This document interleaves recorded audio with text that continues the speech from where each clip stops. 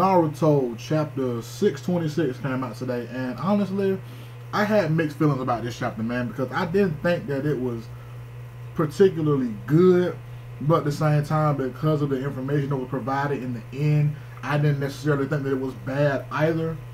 But I felt like the beginning was a bunch of time wasted, and then I felt like the answer in the end was just too open to be considered an answer. You know how in algebra, when you're working out an equation and you have one of those problems where it's this and this, or it's this or this? That's what I'm talking about. When you, like, if I was to ask you what was 2 plus 2, you can give me a definite answer. It would be, fucking 4. But if I had to solve the equation for x, and you gave me some type of fucking formula to work out, and it was x could either be 2 or 1 fucking fifth or some shit like that, like, it's more than one answer, so it can't be really definite. And that's the type of questions that I don't like. I don't like when a question has that fucking like open of an answer, and that's what happened at the end of this chapter.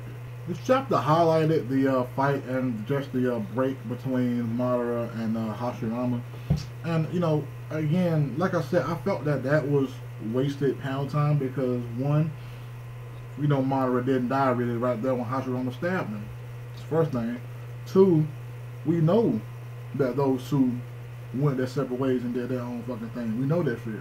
And three, it was so much time spent on this, I thought that it was going to reveal something new that we didn't know.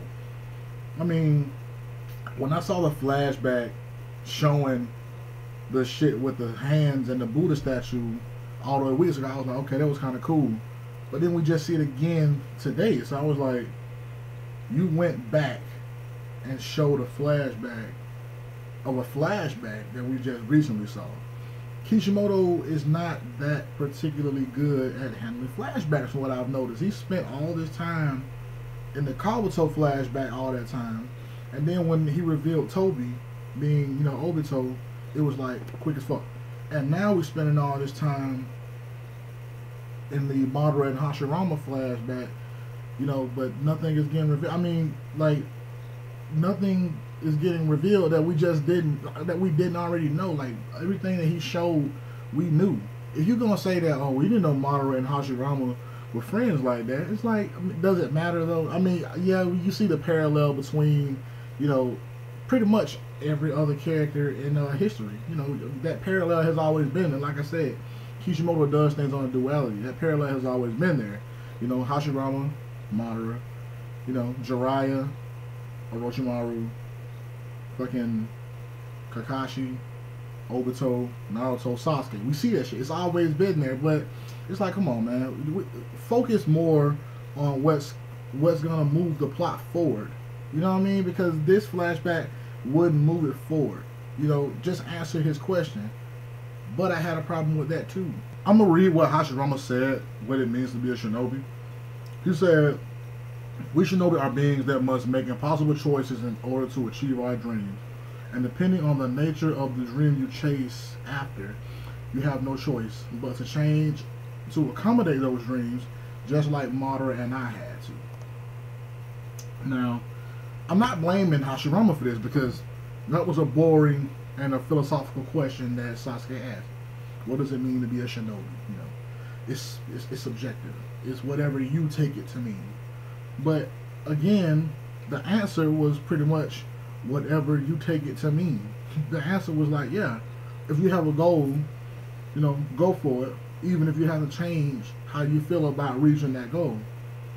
But it's like, I don't understand how in the end that would stop Sasuke from destroying the village or taking revenge, because maybe in his mind he'd be like, okay, I still want to get revenge on these people for doing what they did to my brother.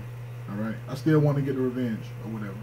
So instead of just outright destroying Konoha, which he could do now because he's there, he goes to the battlefield and fights alongside of Madara and Obito.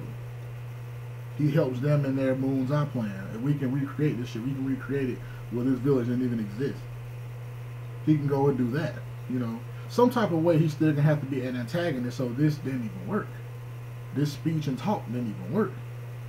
So I just felt like If a definite answer had been given, his mind may have been swayed in a different direction. But because a definite answer wasn't given, it frees him up to make a choice. And Sasuke's been making the wrong choice for a while, so that frees him up to just make more errors in his life. Now, you learn by your mistakes, but obviously this cat doesn't. He doesn't learn by his mistakes. So I just feel like the answer to his question is gonna actually make him more of a fuck up than, fixing that problem.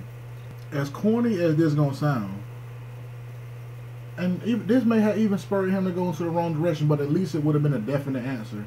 If Sasuke had asked me what it means to be a shinobi, I would have been like, what it means to be a shinobi is to ensure that the next generation lives to know what it means to be a shinobi. That's what I would have said. Because my dad was in the military. My father was in the army, for 24 years. And he initially joined because he just didn't want to go to college. But when the Iraq thing kicked off and he had to go over there, he did what he had to do in order to, make sure that we still had the freedoms and all that type of shit that we have today. But on a personal level, he said that he went active duty to make sure that my brother and I and my mother, had food on the table, had the lights on, had the water on, all that type of shit. So he made sure that we were able to live to see the next day. That's what it meant to be a soldier to him. So in essence, if Sasuke asked me that question, what does it mean to be a shinobi? It just means, to me, it means to make sure that the next motherfucker is alive, to see the fucking fruits of your labor.